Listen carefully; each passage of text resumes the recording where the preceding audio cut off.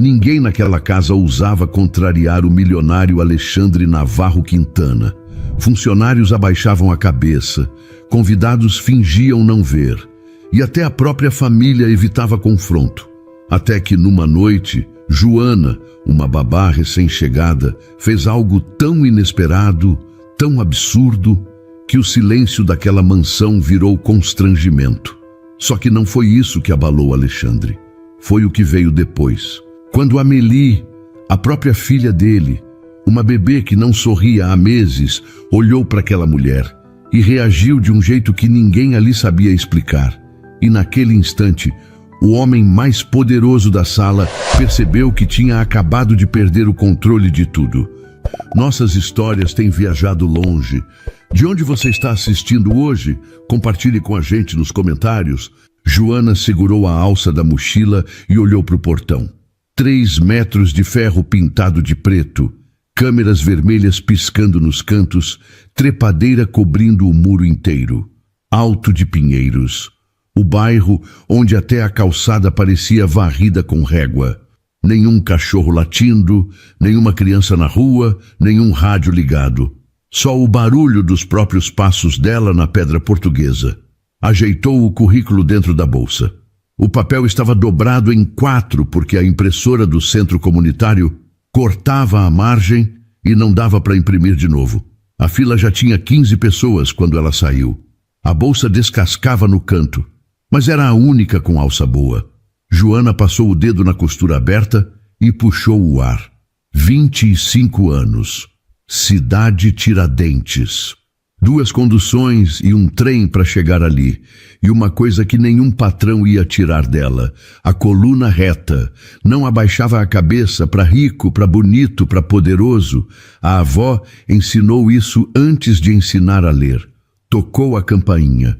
O som ecoou lá dentro, abafado. A porta abriu. O homem que apareceu na entrada era alto, cabelo escuro penteado, camisa social branca com as mangas dobradas até o cotovelo. Bonito, bonito daquele jeito que afasta em vez de convidar. Os olhos dele desceram para os sapatos dela, subiram pela bolsa gasta, demoraram no rosto. Não cumprimentou, não estendeu a mão. Aqui tem regras. Alexandre Navarro Quintana, 29 anos, dono daquela casa, daqueles muros, daquele silêncio. Joana respirou fundo e devolveu sem pestanejar. Ótimo, eu também tenho as minhas. Ele ergueu uma sobrancelha. Ficou 2 segundos medindo ela, os lábios apertados, e virou as costas. Andou na frente pelo corredor largo, o sapato batendo no mármore, sem conferir se ela acompanhava. Joana foi atrás, no passo dela. Reparou nos quadros enormes, nas flores em vasos que deviam custar o aluguel da kitnet da tia. Cheiro de lavanda e madeira. Tudo limpo demais, organizado demais, quieto demais. O quarto de Amélie ficava no 2º andar. Joana empurrou a porta e encontrou uma menina de 1 ano e meio sentada num tapete felpudo, cercada de brinquedos importados que ela nem tocava. Bichos de pelúcia alinhados por tamanho, blocos de madeira numa caixa transparente, livros em inglês na estante baixa.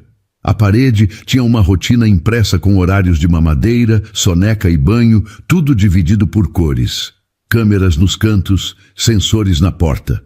O quarto de uma criança planejado por adultos que nunca sentaram no chão para brincar. Tudo impecável. Amélie tinha olhos castanhos, grandes, sérios. Olhos que não combinavam com 1 ano e meio. Não chorava, não ria, não esticava os braços.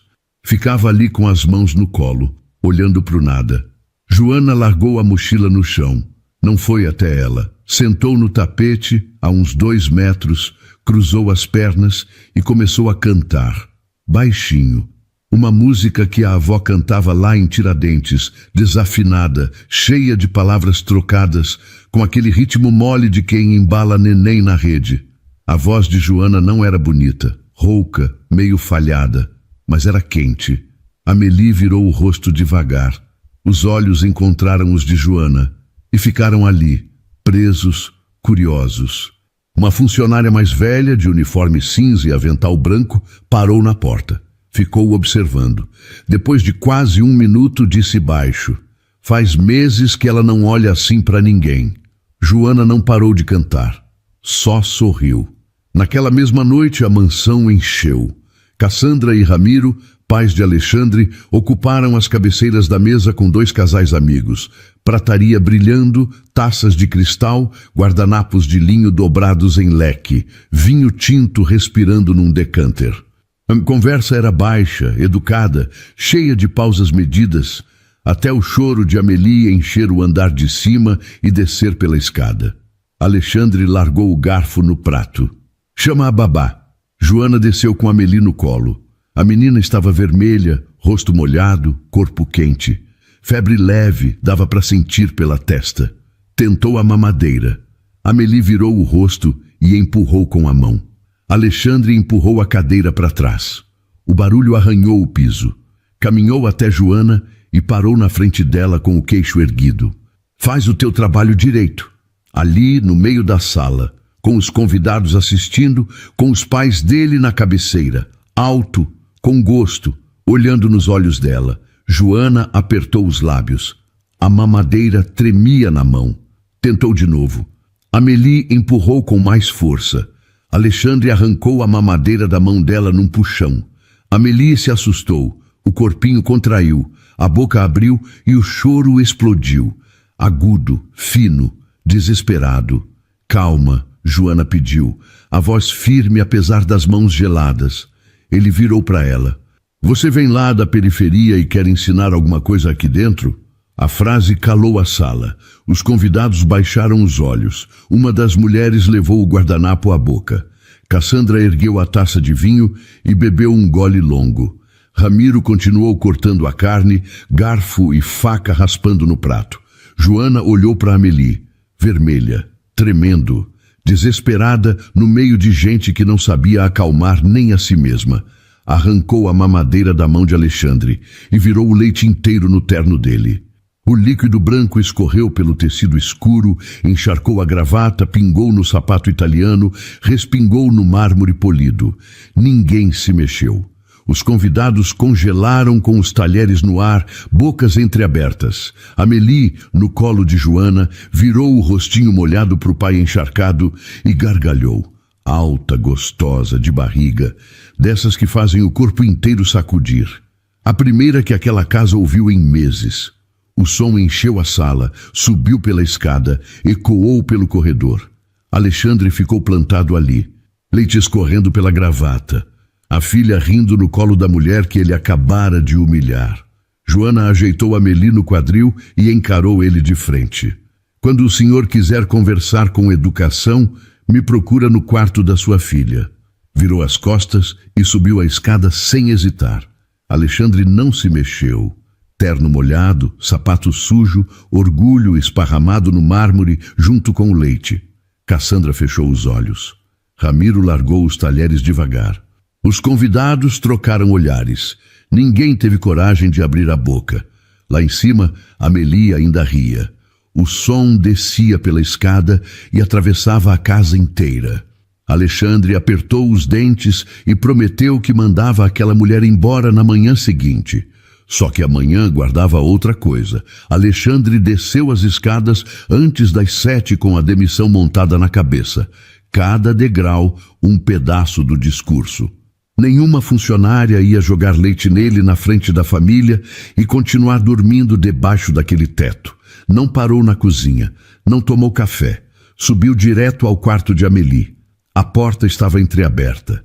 A mesma música de ontem, baixinha, rouca, desafinada. Empurrou a porta. Joana estava no tapete com Amélie no colo. A menina segurava uma colher de plástico rosa e batia num potinho vazio de papinha. Toda vez que fazia barulho, Joana arregalava os olhos num espanto exagerado. E Amélie ria. Ria e batia de novo. Uma colher e um pote, nada mais. O discurso engasgou na garganta dele. "Bom dia", Joana disse, sem tirar os olhos da menina. Ela tomou a mamadeira inteira hoje. Dormiu a noite toda, acordou às 6:30 querendo brincar. Alexandre ficou 3 segundos ali, com a mão na maçaneta, olhando a filha rir daquele jeito solto. Saiu. Na sala de baixo chamou Dona Hilda. A governanta apareceu, secando as mãos no avental, o rosto já preparado para a má notícia. Arruma outra babá. Dona Hilda demorou. Senhor Alexandre, a menina está diferente desde ontem. Comeu tudo, dormiu a noite inteira, acordou bem-humorada. Já tem semanas que isso não acontece. Arruma outra. Dona Hilda concordou e saiu sem dizer mais nada. Meia hora depois, uma funcionária nova entrou no quarto. Moça jovem, treinada, uniformizada. Joana não discutiu. Pegou a mochila, desceu, sentou no banco de pedra do jardim. O sol da manhã batia no rosto dela. Ficou ali, de mochila no colo, olhando as árvores. Lá em cima, Amélie encarou a mulher nova. Estudou o rosto diferente, para as mãos diferentes, para o jeito diferente de se mexer. A funcionária ofereceu a mamadeira com um sorriso ensaiado. Amélie empurrou. Ofereceu o bichinho de pelúcia. Amélie virou o corpo. A moça tentou pegar ela no colo. Amélie se jogou para trás e gritou. O grito era diferente do choro da noite anterior. Mais grave, mais fundo. Um grito de quem procura alguma coisa e não encontra. Amélie esticava os braços na direção da porta, o rosto torcido, o corpo rígido. Recusava colo, brinquedo, comida. A funcionária tentava tudo. Nada funcionava. Alexandre escutou do escritório. Apertou a caneta entre os dedos até o plástico ranger. 10 minutos. 15. 20. O grito ficou mais rouco, mais cansado, mas não parou. Dona Hilda apareceu na porta do escritório. A menina não aceita ninguém, senhor. A caneta girava entre os dedos dele. A outra moça está lá embaixo no jardim. Ele abria e fechava a mão esquerda, apertando o ar. Depois, com a voz travada, chama ela. Joana subiu sem pressa. Entrou no quarto, se abaixou e abriu os braços. Amélie se jogou no colo dela com uma força que não combinava com aquele corpinho. Enfiou o rosto no pescoço de Joana, agarrou a gola da blusa com os 2 punhos e o grito virou soluço. O soluço virou suspiro trêmulo, o suspiro virou calma. Em 2 minutos, adormeceu. Alexandre apareceu na porta. Joana balançava devagar, a mão nas costas de Amélie. Ela escolheu, Joana disse. A voz saiu baixa, sem vitória. Não fui eu. Ele apertou a maçaneta e saiu sem dizer mais nada. Joana ficou, porque Amélie decidiu por todo mundo. E a decisão de uma menina de 1 ano e meio pesou mais que o orgulho dele, mais que a hierarquia da casa, mais que qualquer planilha colada na parede. E Joana não se aproveitou, não jogou na cara de ninguém, não mudou o tom. Voltou para o quarto, trocou a Amélie, organizou os horários, cantou na hora do banho, fez caretas na hora da papinha, trabalhou. Os dias foram passando. Joana levava a Amélie para o jardim de manhã, inventava brincadeira com folha, com água, com pedra. A menina começou a rir mais, a dormir melhor, a comer sem birra. A cozinheira comentou com Dona Hilda, que comentou com o motorista, que comentou com o jardineiro. Alexandre reparou também, e cada melhora era como uma farpa debaixo da unha dele. Passava pelo corredor e ouvia Joana cantando. Entrava no quarto e encontrava brinquedos espalhados, roupa trocada fora de hora, soneca atrasada em 20 minutos. Tudo errado na planilha, mas funcionando com a menina. Numa manhã, parou na porta do quarto. Ela precisa de rotina. Joana virou com Amélie no quadril. A menina mastigava a ponta de um bichinho de pelúcia, distraída. Ela precisa de chão, não de vitrine. Estou falando de disciplina. E eu estou falando de afeto. Dá para ter os dois. Alexandre abriu a boca para rebater. Amélie esticou a mão na direção dele e soltou um som. Um pá engasgado, meio tentativa, meio pedido. A mãozinha gorducha se abriu e fechou no ar. Joana olhou para a menina, depois para ele. Alexandre não se mexeu. Ombros rígidos, mãos enfiadas nos bolsos. A mão de Amélie ainda esticada no ar. Virou e saiu pelo corredor. os passos duros no mármore. Joana ajeitou a menina no colo. Teu pai é complicado, sabia? Amélie agarrou a gola da blusa dela e enfiou o rosto no pescoço de Joana. Lá embaixo, no escritório, Alexandre apoiou as mãos na mesa de mogno. Do lado de fora, qualquer pessoa diria que ele não se importava. Não entrava no quarto, não pegava a filha, não cantava, não brincava, não sentava no chão. Mas sabia que Amélie preferia o bichinho cinza ao marrom, que dormia melhor com barulho de chuva no aplicativo, que ficava agitada com luz forte e esfregava o olho esquerdo quando estava com sono. Sabia tudo, só não sabia como chegar perto. Nas semanas seguintes, as brigas entre Joana e Alexandre viraram um estranho costume naquela mansão. No corredor por causa de janela aberta, na cozinha por causa de temperatura da papinha, na porta do quarto por causa de brinquedo no chão. Os funcionários já tinham desenvolvido um instinto. Quando ouviam os passos dos dois se aproximando do mesmo cômodo, arrumavam tarefa em outro andar. Mas uma coisa mudou no meio das discussões, tão devagar que nenhum dos dois reparou. Joana aprendeu que o silêncio de Alexandre quando estava com raiva era seco, boca fechada com força, passos firmes, porta batida. Quando estava triste era outro. Ele parava num canto qualquer da casa, os ombros ligeiramente caídos, os olhos num ponto fixo que não existia. Alexandre aprendeu que Joana enfrentava ele de dois jeitos. Quando vinha porque estava certa, o queixo subia e a voz ficava clara. Quando vinha de cansaço, a voz era a mesma, mas as mãos tremiam. Descalça na grama de novo, Alexandre disse numa tarde de quarta na varanda. O sol de inverno fazia uma luz rasa e as sombras das árvores se espalhavam pelo gramado. Joana nem levantou a cabeça. No chão do jardim com Amélie, as duas de pés descalços na terra úmida. A menina amassava folhas secas entre os dedos e soltava no ar, rindo cada vez que os pedacinhos caíam no colo. Criança precisa de chão, precisa de sapato. Quando ela quiser sapato, ela pede. Tem 1 ano e meio, não pede nada. Pede sim. O Senhor que não ouve. Alexandre abriu a boca, fechou. Deu as costas e entrou na casa. A porta de vidro deslizou atrás dele. Joana limpou a terra das mãos de Amélie. A menina ergueu o rosto e ofereceu um punhado de folhas amassadas. Joana aceitou, fazendo uma careta exagerada. Por mais que brigassem, Joana não conseguia ignorar as contradições dele.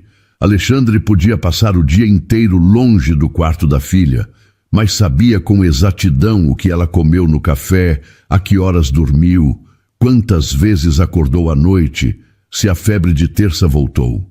Perguntava para Dona Hilda no corredor, conferia com a cozinheira, checava o monitor do berço de madrugada, o brilho azulado do celular no escuro do escritório, o volume baixo, o dedo ajustando o ângulo da câmera. Na cidade Tiradentes, pai presente era pai que pega no colo, que canta desafinado, que senta no chão sujo, que carrega no ombro. Pai que cuida de longe era pai ausente com endereço fixo. Joana não encaixava Alexandre em nenhum lugar que conhecia. Numa quinta-feira, choveu forte. Chuva grossa de São Paulo, dessas que entopem bueiro e fazem a luz piscar. As janelas do segundo andar sacudiam com o vento. Amélie acordou gritando às 2 da manhã. Joana pulou da cama e abriu a porta do quarto. Alexandre já estava lá, descalço, cabelo amassado de travesseiro, camiseta velha. Cara de quem pulou da cama correndo. Sem pose, sem nada. Qual a temperatura? As palavras saíram espremidas entre os dentes. Calma, deixa eu ver. 38,5. Febre. Nada grave. Joana preparou com pressa, baixou a luz, pegou Amélie no colo. A menina soluçava, corpo tremendo, dedinhos agarrados na blusa. Joana cantou, baixinho, quase murmúrio, balançou o corpo de um lado para o outro devagar, passando a mão nas costas de Amélie, num ritmo que combinava com a canção. Alexandre ficou na parede, não mandou, não criticou, não tentou pegar a menina. Olhava Joana acalmar a filha com uma naturalidade que ele não tinha. Os olhos dele iam de Amélie para Joana e voltavam, e naquele rosto sempre tão controlado, alguma coisa rachava. O médico chegou em 40 minutos. Virose leve, antitérmico, repouso. Foi embora. Amélie adormeceu no colo de Joana. Os dois ficaram no quarto. Joana ajeitava a manta no berço. Alexandre tinha afundado na poltrona, manga da camiseta dobrada de qualquer jeito, olhos vermelhos de sono fixos na filha. Joana. Ela virou devagar, esperando. Ele passou a mão no rosto, coçou a nuca. Demorou. Você acha que criança pequena percebe quando alguém está tentando, mesmo errando em tudo? A pergunta pegou Joana desprevenida. Precisou contar os azulejos da parede para não demonstrar o quanto aquilo mexeu com ela. Criança pequena percebe quase tudo, principalmente quem fica por perto. Ele concordou devagar e saiu na ponta dos pés. Joana ficou ouvindo os passos sumirem. A chuva continuava batendo na janela. Amélie dormia, olhos úmidos, mão esquerda fechada em punho, respiração mansa. Mais tarde, ao passar pelo corredor, viu Alexandre junto à janela da entrada. A chuva escorria no vidro e fazia sombras longas no chão. A luz fraca destacava o seu rosto enquanto ele olhava para fora. Pelos ombros caídos e pela respiração pesada, era óbvio que ele carregava uma grande preocupação. Joana quis perguntar o que era. Mordeu a língua e desceu sem perguntar. Deitada no quartinho dos funcionários, virou de lado. Na cabeça, 2 homens se alternavam.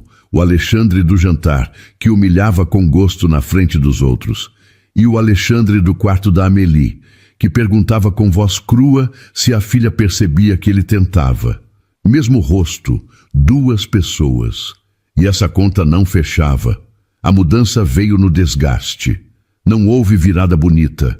Veio na repetição dos dias, no acúmulo de esbarrões e silêncios dentro daquela casa grande demais. Joana enfrentava a Alexandre quando achava necessário. Ele rebatia com a teimosia de quem cresceu achando que ceder é perder. Mas no meio das brigas apareciam pausas que não existiam antes. Olhares que demoravam 1 segundo a mais.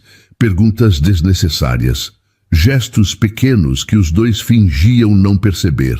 Ela gosta de banana amassada com aveia. Joana disse numa manhã, mexendo a papinha de Amélie na cozinha. O cheiro de banana madura se espalhava pelo cômodo. Alexandre estava na bancada do outro lado, celular na mão, caneca de café pela metade. Eu sei. Sabe? Pedi para a cozinheira anotar o que ela aceita melhor. Banana com aveia está no topo. Joana parou de mexer. A colher ficou suspensa no ar. Para quem não entra no quarto, o senhor sabe bastante coisa. Ele guardou o celular no bolso e disse baixo. Eu entro no quarto, de madrugada, quando ninguém vê. O rosto dele mudou. Não era raiva. Joana já conhecia a raiva dele. Era a cara de quem teve um curativo arrancado sem aviso. Faz diferença o horário? Joana apoiou a colher na borda do prato. Faz. De dia ela está acordada. Criança precisa ver o pai de olho aberto, não só no escuro. Saiu da cozinha sem esperar resposta. Naquela semana, Úrsula Monforte começou a frequentar a casa. Noiva de Vladimir, irmão mais velho de Alexandre. Magra, cabelo liso repartido no meio, roupas que pareciam costuradas no corpo. Falava baixo, sorriso ensaiado. Se movia com uma economia de gestos que dava a impressão de que cada movimento era calculado. Até o perfume, floral, caro, parecia escolhido para comunicar poder suave. Joana percebeu o olhar de Úrsula na segunda visita. Cruzaram no corredor do 2º andar. Úrsula olhou Joana da cabeça aos pés. Sapato, calça, blusa, cabelo. E virou para o outro lado sem dizer bom dia, sem mudar a expressão, sem acelerar o passo. Joana continuou andando e uma sensação fria desceu pela nuca. Conhecia aquele olhar. Era o olhar de mulher que cataloga e descarta no mesmo gesto. No almoço de domingo, família reunida, Úrsula fez o primeiro movimento. Talvez fosse bom orientar a moça sobre o tom de voz, disse olhando para Cassandra. Excesso de carinho com a menina pode criar dependência. Joana vinha passando com a mamadeira. Parou. Amélie é uma bebê, não é alguém de quem se espera lucro ou resultados. Cassandra largou o garfo. Ramiro nem ergueu os olhos. Vladimir disfarçou o desconforto, olhando uma mancha interessantíssima na toalha. Alexandre levantou o rosto do prato. Os resultados da Joana com a menina falam por si. Algumas palavras. Nenhuma explicação. Úrsula deu um sorriso amarelo, não disse mais nada e voltou a comer. No corredor, Joana o encontrou depois. O senhor estava me defendendo ou protegendo a única pessoa que faz a sua filha dormir? Alexandre encostou o ombro na parede. As duas coisas podem existir juntas. Joana revirou os olhos e seguiu andando. Mas a coisa estava mudando. Sem combinado, sem aviso, sem permissão. Ela começou a reparar no que não devia. No jeito que a voz dele suavizava quando Amélie acordava assustada, a mesma voz que cobrava resultados ao telefone ficava mansa, quase irreconhecível. No olhar que escapava quando via Joana no chão do quarto, cabelo preso de qualquer jeito, alheia a tudo. Ele ficava 2 segundos a mais na porta, e Joana sentia no calor da nuca que estava sendo observada. Ele reparava demais também, nas covinhas dela quando ria, na firmeza com que segurava a Amélie, na velocidade com que respondia, sempre com uma frase na agulha, sempre precisa. Uma tarde, depois do jantar, Joana ouviu Alexandre no escritório ao telefone. Voz dura, seca, profissional. Desligou e subiu para o quarto de Amélie. A menina estava agitada. Alexandre se abaixou, ajeitou o bichinho no braço dela e ficou fazendo um shh, baixinho, desajeitado, com a mão grande cobrindo as costas inteiras da menina. A voz do telefone e a voz do shh não pareciam pertencer à mesma pessoa. Joana assistiu da porta e desviou o olhar antes que ele a visse. Numa tarde de sol, Amélie tropeçou numa raiz no jardim e quase caiu de cara na grama. Joana fez uma careta tão absurda, olhos arregalados, boca torta, língua para fora, que a menina gargalhou em vez de chorar. Gargalhou tanto que caiu sentada e ficou rindo, batendo as mãos na grama. Alexandre, no terraço lá em cima, com a caneca de café, sorriu, de leve. Joana levantou os olhos e viu. Aquele sorriso, vindo dele, daquele rosto, bagunçou mais coisa dentro dela do que qualquer briga teria feito. Raiva é simples. Raiva tem forma, tem nome. O que vem depois, não. Joana já conhecia Alexandre bem demais para o próprio bem.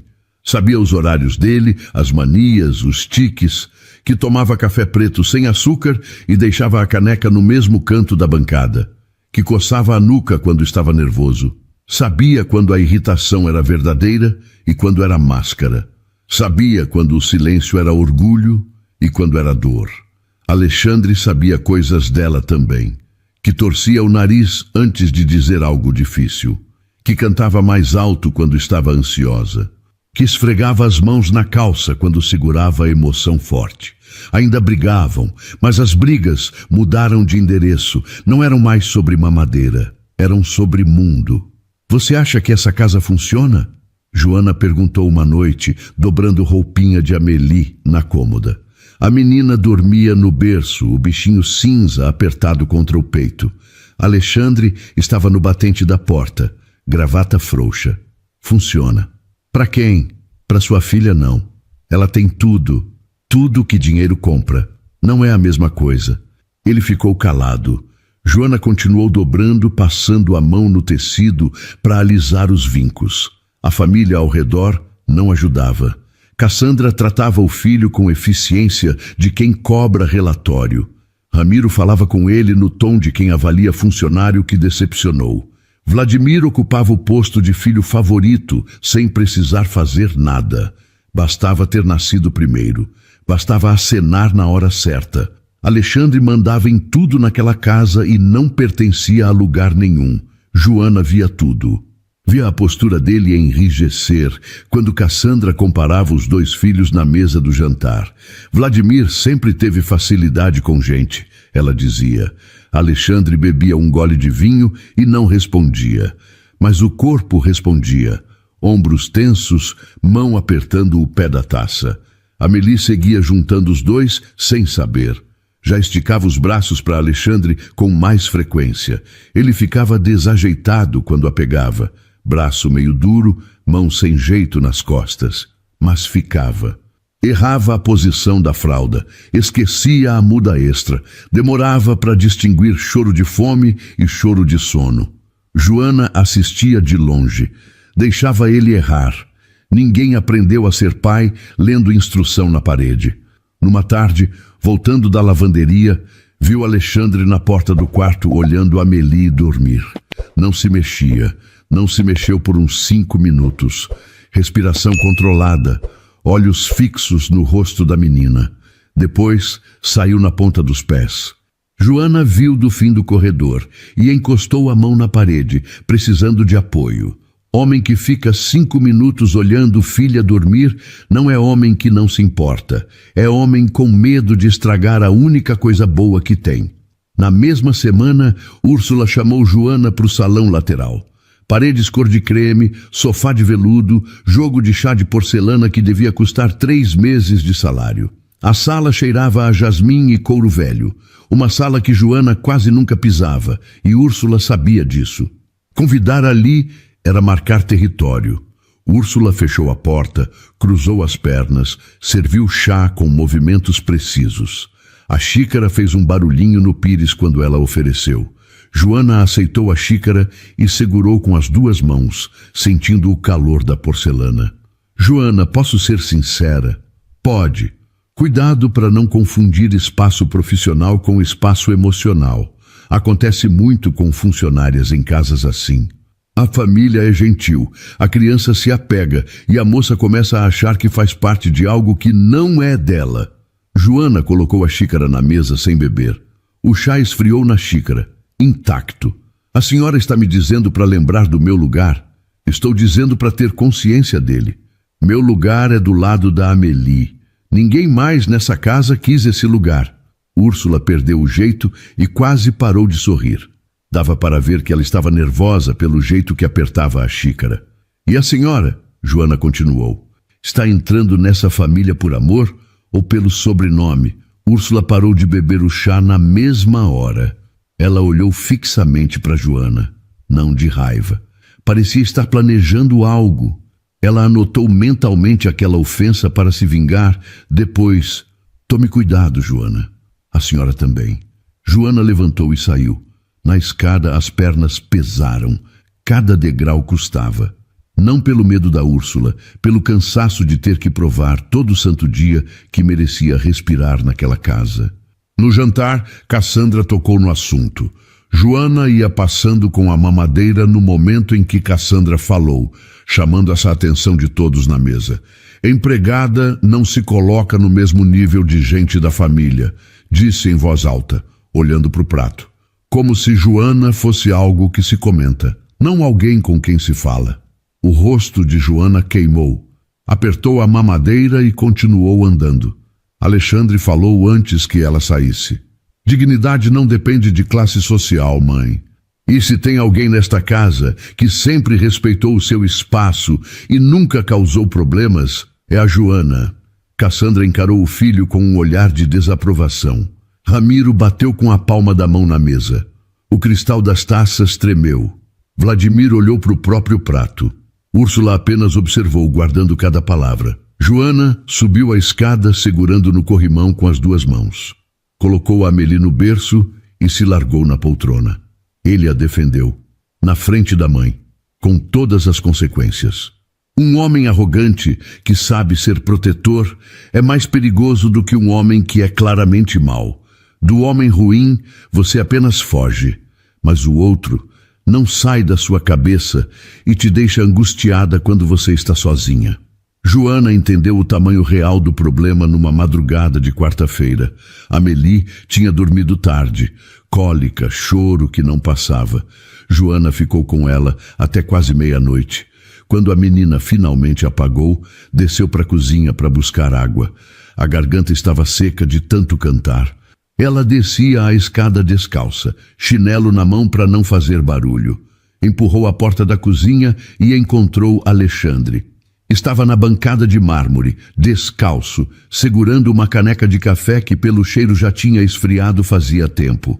Camiseta velha, cabelo caindo na testa, olheiras fundas. Os dois se olharam. Alexandre ergueu a caneca num gesto mínimo, meio cumprimento, meio rendição. O que você está fazendo acordada? A mesma coisa que o senhor. O canto da boca dele subiu e desceu rápido, quase triste. Joana pegou um copo, encheu de água e ficou ali, na bancada do outro lado. 2 metros entre eles, a ilha de mármore no meio, a luz amarela do corredor entrando pela porta. Falaram de Amélie, da cólica, da febre de 2 dias antes, da mania de Cassandra ligar para o pediatra a cada espirro, do barulho do gerador, do jardineiro que podou a árvore errada. Coisas da casa que não importavam nada e que davam segurança justamente por não importar. Depois, a conversa mudou de direção. Essa casa é grande demais, Joana disse, passando o dedo na borda do copo. Todas as casas são grandes demais quando falta gente de verdade dentro. Joana olhou para ele. Ele olhou para o café frio. O relógio de parede fazia um tique leve. Por que você nunca fala sobre a mãe da Amélie? A pergunta saiu baixa. Joana não planejou, simplesmente saiu, empurrada por todas as noites olhando para o teto do quartinho de funcionária, juntando peças que não encaixavam. Alexandre ergueu os olhos. Porque não é simples, nada aqui é. O dedão da mão esquerda dele batia na lateral da caneca num ritmo baixo. Um dia eu conto. Promete? Prometo.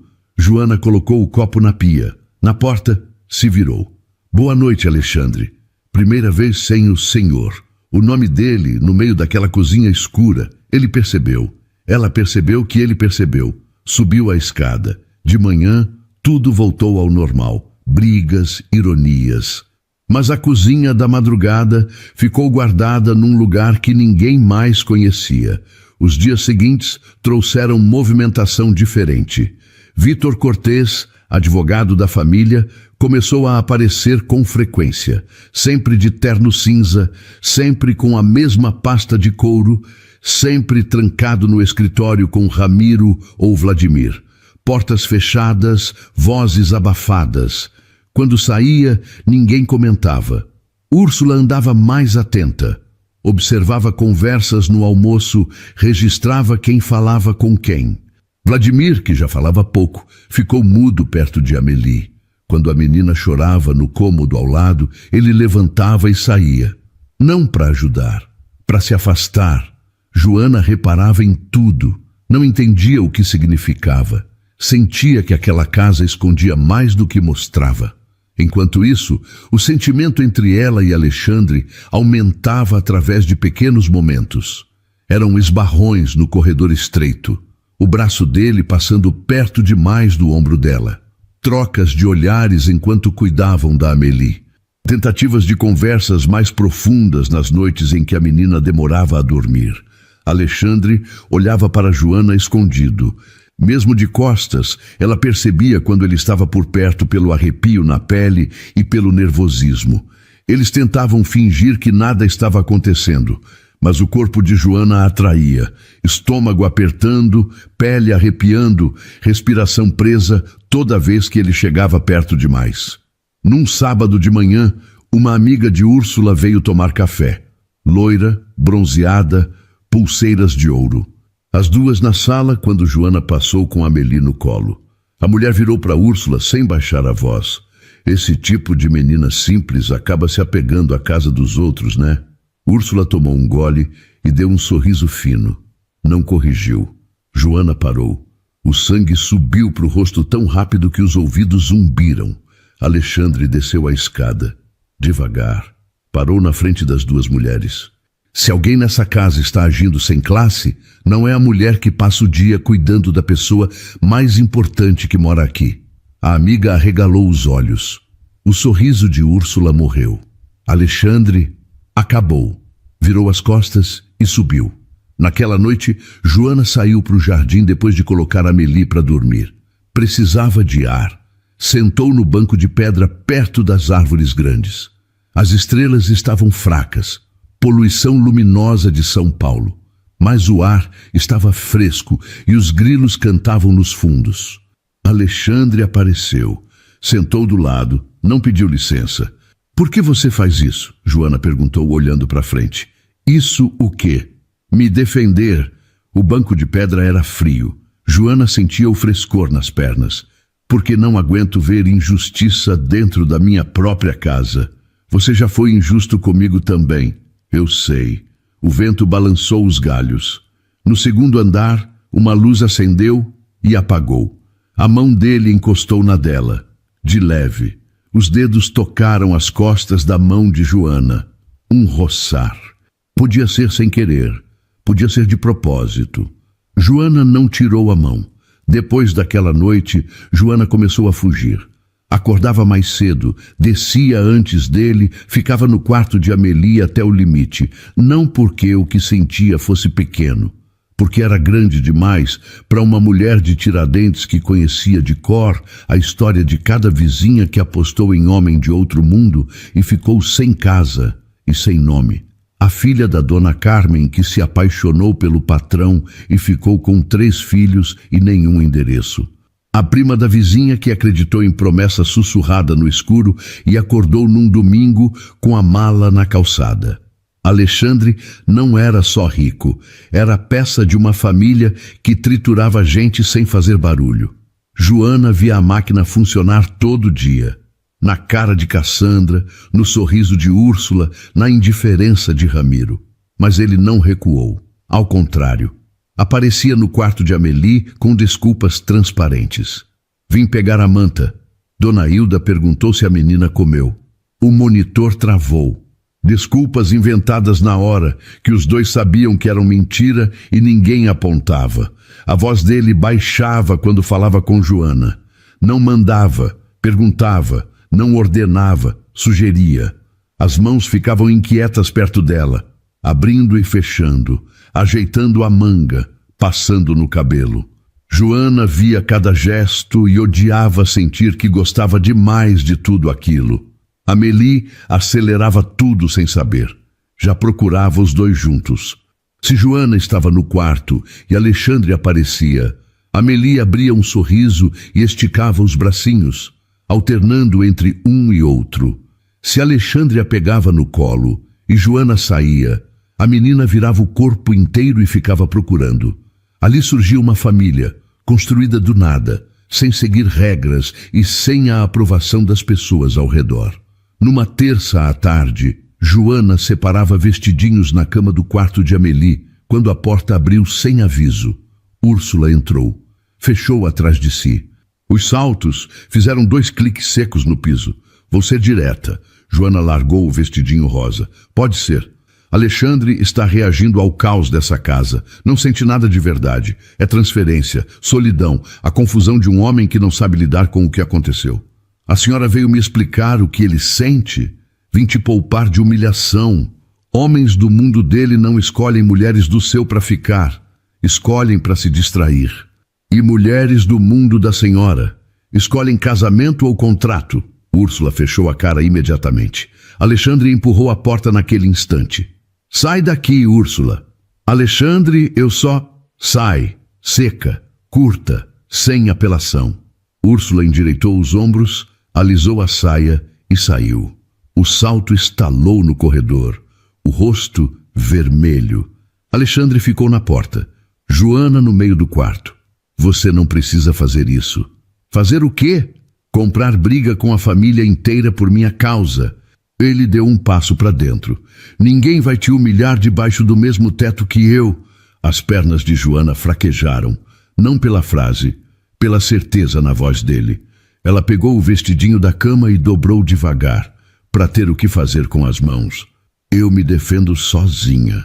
Eu sei, mas não precisa mais. No berço, Amélie resmungou baixinho e voltou a dormir. Naquela noite, Joana tentou manter distância. Serviu Amélie, deu banho, trocou, colocou para dormir. Tudo no automático, a cabeça girando, o estômago embrulhado. Quando saiu do quarto com a mamadeira vazia, o corredor do lado leste estava escuro. Alexandre estava lá, na parede, esperando. A luz do quarto iluminava metade do rosto dele. A outra metade ficava na sombra. Joana, baixa, rouca. Ela parou. Os pés grudaram no chão. Ele andou na direção dela. Devagar. 1 passo, 2. Parando antes de chegar perto demais. Estou cansado de fingir que isso não existe. Isso pode destruir a gente. Sua família, eu sei. Chegou mais perto. Joana sentiu o calor que vinha do corpo dele, o cheiro de colônia misturado com café, a respiração alterada. O pior é continuar fingindo que nada vale o risco. Quando ele a beijou, Joana largou a mamadeira no chão e segurou a gola da camisa dele com as 2 mãos. Respondeu com a mesma força, a mesma urgência, tudo que tinha segurado naquelas semanas. Beijo de gente que se segurou tempo demais. Quando soltou, veio tudo junto. Quando se afastaram, os 2 respiravam fundo, rostos ainda perto. Isso é loucura, Joana disse. A voz falhava. Alexandre passou o polegar na bochecha dela. Devagar. Perto do que eu sinto quando vejo alguém te atacar, isso aqui é pouco. Joana encostou a testa no peito dele. 3 segundos. Sentiu o coração batendo forte sob a camisa. Se afastou, ajeitou o cabelo atrás da orelha e desceu. A mamadeira ficou no chão do corredor. Alexandre ficou ali no escuro. A escolha entre a família e Joana já estava feita antes da pergunta. Depois do beijo, Joana tentou recuar. Acordava antes do sol, descia pela escada de serviço, prendia a respiração quando ouvia os passos dele no corredor. Não por medo dele, por medo de si mesma. Sabia que naquele jogo ela era a peça mais fácil de descartar. Tinha visto acontecer com a mãe de uma colega de escola, mulher que limpou casa de rico por 12 anos, acreditou que a família gostava dela e num dia de dezembro descobriu que gostar e considerar são coisas diferentes. O cheque da rescisão chegou pelo motorista. A patroa nem desceu para se despedir. Amélie estava diferente, mais solta, mais barulhenta. Já chamava Joana de Ana, e toda vez que a palavrinha torta saía daquela boca, Joana sorria sem controlar. A menina procurava Alexandre com mais frequência, puxava a barra da calça dele, encostava a cabeça no joelho quando ele sentava. Os 3 funcionavam juntos, e isso deixava a casa inteira incomodada. Vitor Cortês sugeriu que a rotina de Amélie precisava de restrições mais claras para funcionários. Horários de acesso, protocolos de troca de turno. Cassandra apoiou. Úrsula soltou num café da manhã que Joana tinha influência excessiva sobre a criança e sobre Alexandre. Vladimir ficou calado, os olhos se movendo de um lado para o outro da mesa. Quanto mais a família tentava humilhar ou afastar a Joana, mais Alexandre aparecia para defendê-la. Numa tarde, enquanto Alexandre estava fora, Cassandra chamou Joana à sala principal. Sofá de veludo escuro, lareira apagada, quadros de moldura dourada, cheiro de flor cara. A sala onde Joana nunca sentava, a não ser para limpar. Entrar ali já era mensagem. Senta, Joana. Joana sentou na beira do sofá. Costas retas, mãos no colo. O tecido do veludo era macio debaixo das pernas, macio e estranho, porque não era lugar dela e os 2 sabiam. Cassandra ficou de pé, cabelo impecável, colar de pérolas, blusa de seda. Olhava para Joana de cima, o queixo erguido, os braços cruzados na frente do corpo. Vou ser breve. Você é paga para cuidar da menina, não para ocupar espaços que não te pertencem. Eu cuido da Amélie com o coração, dona Cassandra. Criança reconhece cuidado de verdade. Cassandra falou mais baixo e encarou Joana com maldade. Você está usando a bebê para ficar perto do meu filho.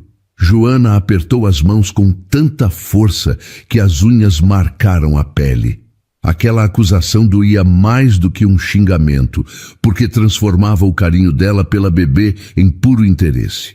Ela se levantou com dificuldade, sentindo o corpo pesado, mas encarou a situação de pé. Eu jamais usaria uma criança para nada, jamais. Então haja como funcionária. A porta se abriu e Alexandre entrou com a chave do carro na mão, blazer jogado no braço. Ao olhar para a mãe e para a Joana, sua cara fechou na hora. O que está acontecendo? Conversa com a moça, Cassandra disse. Eu ouvi daqui, mãe. Alexandre largou a chave na mesa. Não admito que a Joana seja tratada desse jeito. Você está se perdendo, Alexandre. Estou me achando. Talvez seja isso que incomode. Ramiro apareceu na porta. Vladimir atrás. O que está acontecendo? Ramiro perguntou. Seu filho está jogando a reputação da família no lixo por causa de uma empregada, Cassandra respondeu. E o jeito que ela falou a palavra empregada foi com tanto desprezo que pareceu um insulto. Alexandre virou para o pai e disse de um jeito bem duro: essa mulher cuida da sua neta melhor do que qualquer pessoa dessa casa fez até hoje. Se isso é jogar reputação no lixo, então essa reputação não vale muita coisa. Todos ficaram quietos. Joana saiu. Subiu catando força de onde não tinha, pegou Amélie e sentou na poltrona. Abraçou a menina contra o peito, a bochecha no cabelo fino de Amélie. Mais tarde, quando a menina adormeceu, Alexandre apareceu na porta. Gravata frouxa, cabelo bagunçado de tanto passar a mão. Para de comprar briga por minha causa. A voz de Joana saiu embargada. Ele entrou e pegou a mão dela. Os dedos envolveram os dela com cuidado. Não estou comprando briga. Estou parando de permitir coisas que nunca deviam ter acontecido. Você sabe o que está arriscando? Sei. E sei cada vez melhor o que vale a pena. A lágrima desceu antes que Joana pudesse segurar. Tentou levantar. Ele segurou a mão com mais firmeza. Não com força. Com direção. E quando a beijou, devagar, testa na dela primeiro, mão segurando o rosto dela com uma delicadeza que desmentiu cada dia de arrogância, Joana soube que não tinha mais caminho de volta. Úrsula decidiu atacar no ponto mais cruel, a permanência de Joana junto de Amélie. Até ali, as investidas vinham embrulhadas em educação. Agora era guerra aberta.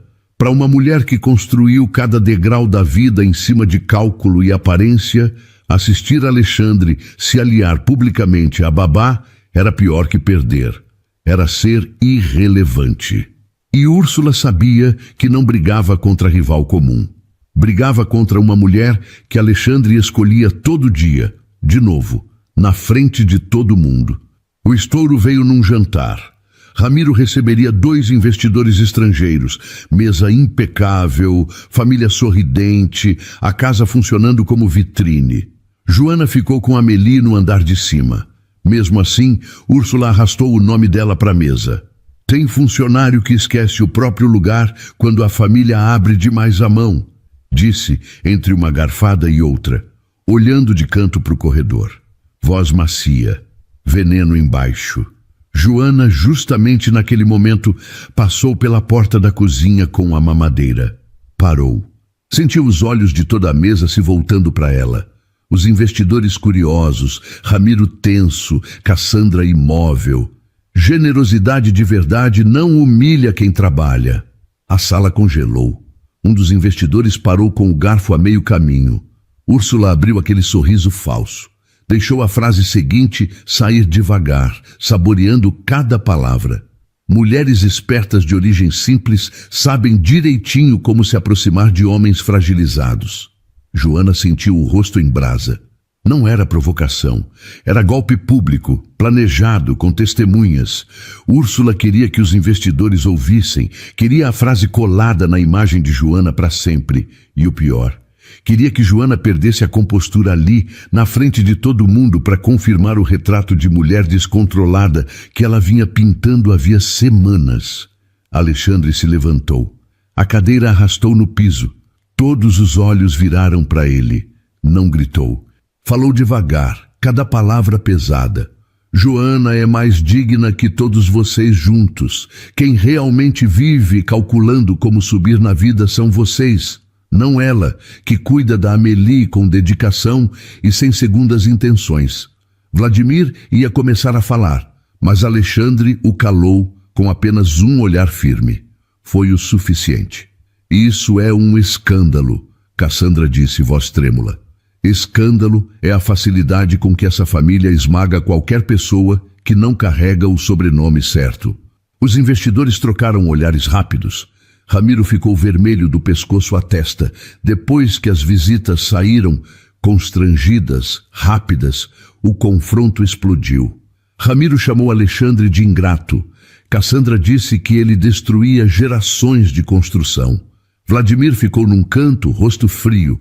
Úrsula não escondia mais a raiva, lábios tremendo, mãos apertando o encosto da cadeira. Alexandre ouviu tudo de pé. Não interrompeu, não rebateu. Deixou cada um falar. Quando terminaram, disse apenas uma palavra. Acabou. E subiu. Joana estava no quarto, sentada no chão ao lado do berço. A menina dormia. Alexandre entrou e encostou a porta. Você não devia ter feito aquilo. Não consigo mais assistir enquanto fazem isso contigo. Não precisa arriscar tudo. Ele se aproximou. Segurou o rosto dela com as duas mãos. Não é por sua causa. É com você. É junto de você. Nunca soube tão claro de que lado quero ficar. Joana fechou os olhos. As lágrimas desceram. Sua família, a empresa, o nome. Nenhuma dessas coisas vale mais do que ver você inteira. Ela apoiou a cabeça no peito dele e chorou. Naquela noite, passando pelo corredor, Joana ouviu vozes abafadas no escritório. Alexandre, Vladimir e Vitor Cortez. As paredes eram finas o bastante. Preservar a menina, evitar exposição, não repetir os mesmos erros. O corpo de Joana arrepiou dos pés à nuca. As palavras não faziam sentido inteiro, mas o tom fazia. Tom de gente que esconde algo grave. Tom de gente com medo de ser descoberta. De volta ao quartinho, sentou na beira da cama estreita. A colcha era fina, o travesseiro cheirava a amaciante barato. Do outro lado da parede, a casa dos Quintana seguia funcionando, perfeita por fora, podre por dentro. Joana olhou para o teto e tomou a decisão mais difícil: ir embora. Não por falta de amor, pelo excesso. Porque a presença dela estava rachando tudo ao redor de Alexandre, e se ficasse, ele ia perder mais que dinheiro ou nome. Ia perder a chance de consertar qualquer coisa com a família. Quando contou, esperava que ele aceitasse, que concordasse que era o melhor, que fizesse aquela cara de homem racional que ela já conhecia. Ele olhou nos olhos dela e disse: se você sair tentando me salvar, vai estar me devolvendo para o mesmo vazio de onde me tirou. O ar travou na garganta de Joana. Posso perder a casa, o sobrenome, o dinheiro, o lugar nessa família. Não aceito perder você em silêncio. Joana chorou de novo, não de fraqueza, mas porque amor daquele tamanho muda a coragem de quem recebe.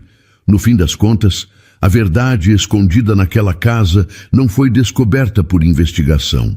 Ela apareceu porque alguém decidiu usar esse segredo para atacar outra pessoa. A tensão com Alexandre crescia semana a semana. Quando o advogado da família Vitor Cortez sugeriu afastar Joana e transferir Amélie para outra residência da família, sob supervisão adequada, Vladimir aceitou sem hesitar. A justificativa era proteger a criança. A verdade era outra.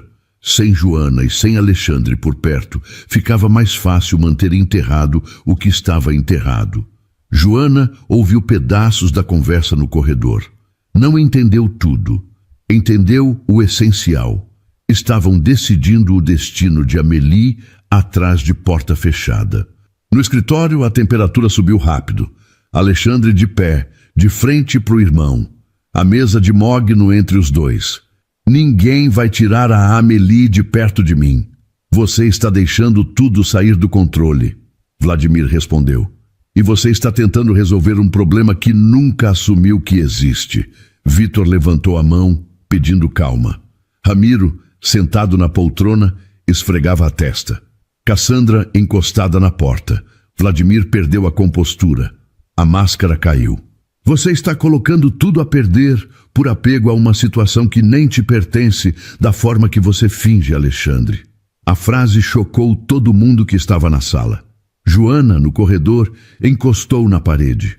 As pernas cederam. Alexandre encarou o irmão com uma calma que assustava. Repete. Você ouviu. Repete. Quero que todo mundo nessa sala ouça direito. Cassandra tentou. Parem vocês dois. Não, mãe. Chega de segredo. Chega de mentira. E a verdade rompeu. Veio em pedaços, no meio dos gritos de Vladimir tentando se justificar, de Vitor tentando conter estragos, de Cassandra repetindo chega, chega, chega, com a voz tremendo. Joana juntou os pedaços da gritaria no corredor e a história a deixou em choque. A mãe de Amélie se chamava Maria das Graças, funcionária da empresa. Mulher simples, trabalhadora, invisível naquele mundo. Chegava cedo, saía tarde, não reclamava. Quando engravidou, ninguém a protegeu. Quando não sobreviveu ao parto, ninguém chorou em público. Quando nenhuma família apareceu para reclamar a criança, tudo foi resolvido nos bastidores. Rápido, limpo. Uma vida inteira apagada com a mesma frieza com que se fecha um balanço contábil. O nome dela não aparecia em nenhum documento da casa. Joana nunca tinha ouvido ninguém pronunciá-lo ali dentro.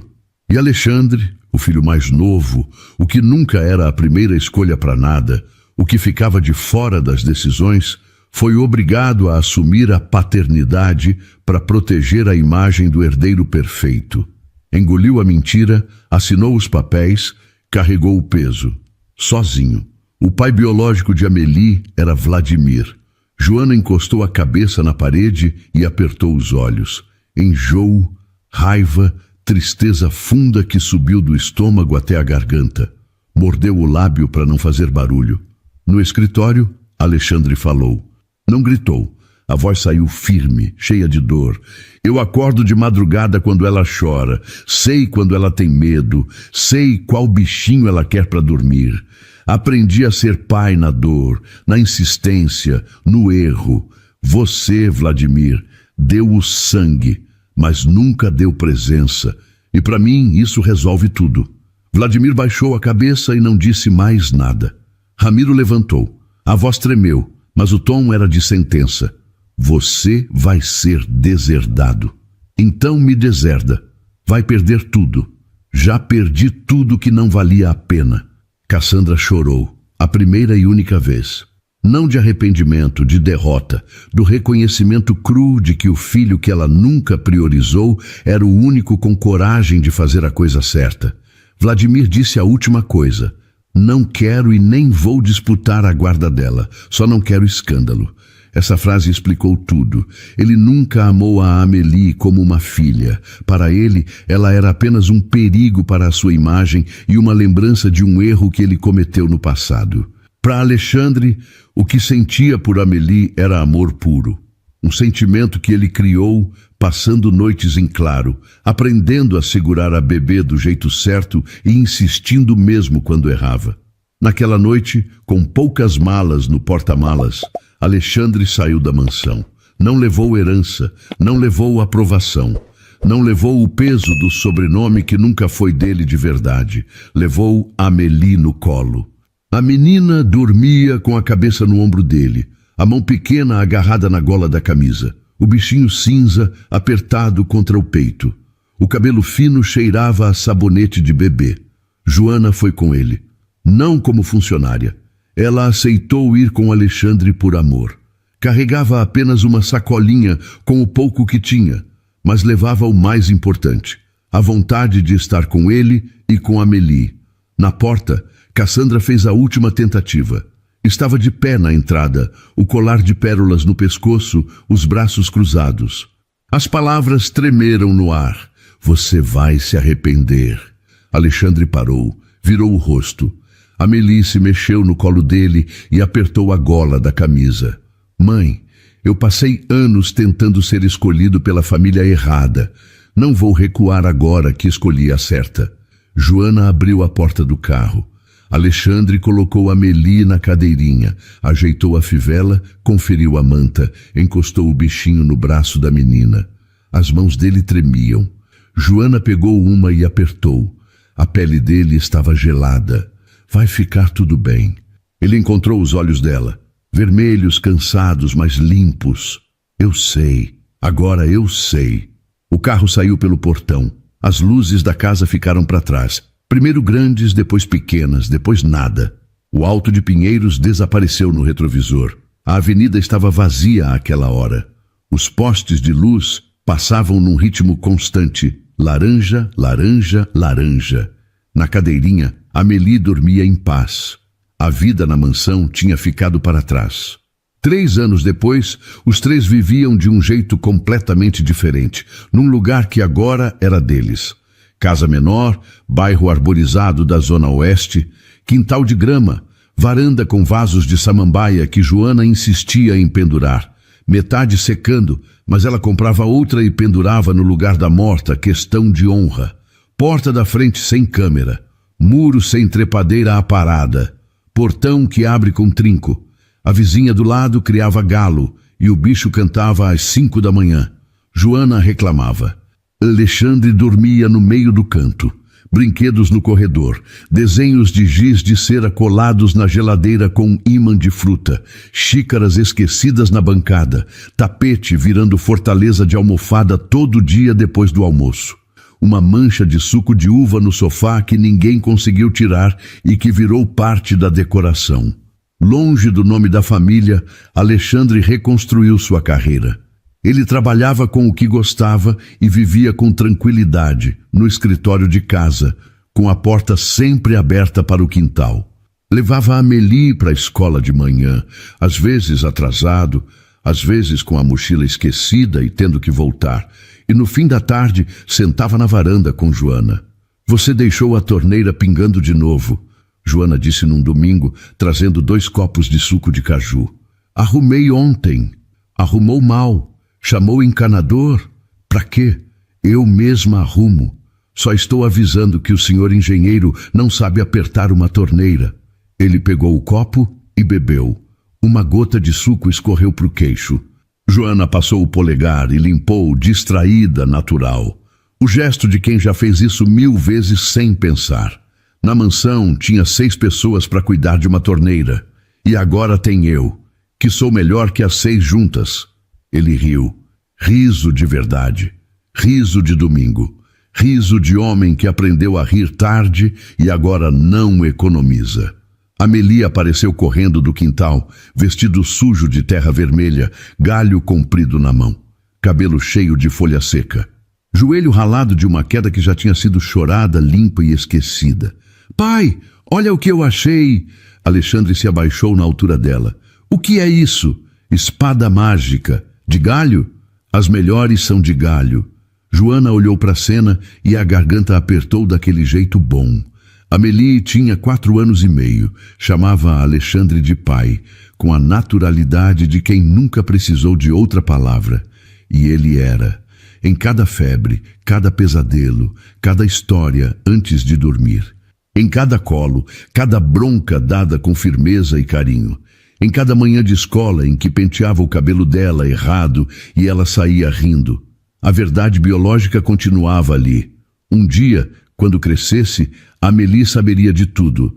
Joana fez Alexandre prometer, sem mentira, sem surpresa.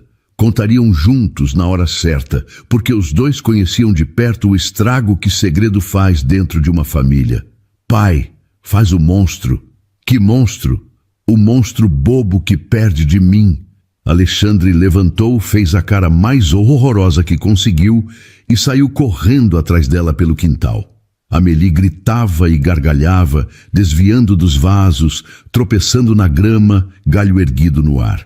Joana ficou na varanda com o copo na mão, assistindo o homem que conheceu encharcado de leite no jantar mais tenso da vida dele, agora ajoelhado na grama, fingindo perder para o galho mágico de uma menina de 4 anos. Quando voltou, ofegante, grama no joelho, folha no cabelo, Joana estava de pé esperando. Ele passou o braço pela cintura dela e encostou a testa na dela. Faria tudo de novo, disse baixo. Tudo. Cada perda, cada briga, cada porta fechada. Joana tirou a folha do cabelo dele. Até a mamadeira no terno? Principalmente a mamadeira no terno. Ela riu, olhos brilhando no sol. Aquele foi o primeiro milagre daquela casa. O leite no terno? Não. Alguém te enfrentar. E você, em vez de destruir, encontrar ali o caminho para amar de verdade. Ele engoliu seco e segurou a mão dela. Amélie voltou correndo e abraçou as pernas dos dois. Galho espetando a canela de Alexandre, vestido sujo lambuzando a calça de Joana. Família abraço! Alexandre pegou a menina no colo. Joana chegou perto. Os 3 ficaram ali, no quintal, debaixo do sol de domingo, com a torneira pingando lá dentro e os vasos morrendo na varanda e o galo do vizinho já preparando o próximo canto das 5. Família. Aqui não nasceu certinha, não veio com manual, não tinha aprovação de ninguém. Mas foi escolhida, dia a dia, briga a briga, com a coragem mais rara que existe, a de ficar. Querida ouvinte, querido ouvinte, se você chegou até aqui, provavelmente está com o peito apertado. Daquele jeito bom que a gente sente quando uma história mexe com lugares da alma que a gente nem sabia que existiam. Essa história nasceu de uma inquietação que me acompanha há tempos. O que significa realmente pertencer a um lugar? Quantas vezes a gente abre mão de quem é para caber em espaços que nunca foram feitos para a gente? E mais importante, o que acontece quando alguém decide que não vai mais se curvar, não vai mais aceitar migalhas disfarçadas de generosidade? Joana e Alexandre me ensinaram algo enquanto eu escrevia. Não é sobre a babá e o patrão. Não é sobre Cinderela. É sobre 2 pessoas destroçadas por mundos diferentes que se encontram no único lugar onde classe social não manda nada, no cuidado puro, no amor que não pede licença, na coragem de escolher a família que a gente constrói em vez da que a gente herda. Eu quis que você sentisse cada humilhação que a Joana engoliu.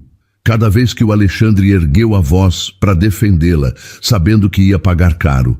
Cada decisão impossível. Porque a vida real é assim. Não tem trilha sonora avisando que o momento bonito chegou. A gente escolhe no meio do caos, com medo, sem garantia nenhuma. E sabe o que mais me emociona nessa história? É a Amélie. Uma criança que nunca pediu para nascer no meio daquela confusão toda, mas que virou a bússola moral de todo mundo. Ela escolheu o colo da Joana, escolheu o abraço desajeitado do Alexandre. E nessa escolha tão simples de uma bebê, a gente vê a verdade mais crua. Amor de verdade não se esconde, não se disfarça, não se explica. Ele só acontece. Se você está lendo isso e já foi a pessoa que não encaixava, que teve que provar todo dia que merecia estar ali, que ouviu veneno embrulhado em educação, eu te vejo e espero que essa história te lembre. Sua dignidade não é negociável. Nunca foi. E se você está lendo isso e reconheceu um pouco do Alexandre em você, alguém que cresceu em espaços de privilégio, mas nunca sentiu que pertencia de verdade, que carrega o peso de expectativas que não pediu, saiba que recomeçar não é fracasso. Às vezes, perder tudo é o único jeito de descobrir o que realmente importa. Obrigada por ter lido até aqui. Obrigada por ter dado uma chance para essa família torta, improvável e absolutamente verdadeira que nasceu no meio do caos. A gente se encontra na próxima história. Até lá, cuida desse coração aí. Ele merece as escolhas mais corajosas que você conseguir fazer. E então, o que achou da história? Deixe sua opinião nos comentários. Adoramos saber o que você pensa. Não se esqueça de deixar seu curtir no vídeo para nos apoiar e de se inscrever no canal. Até a próxima.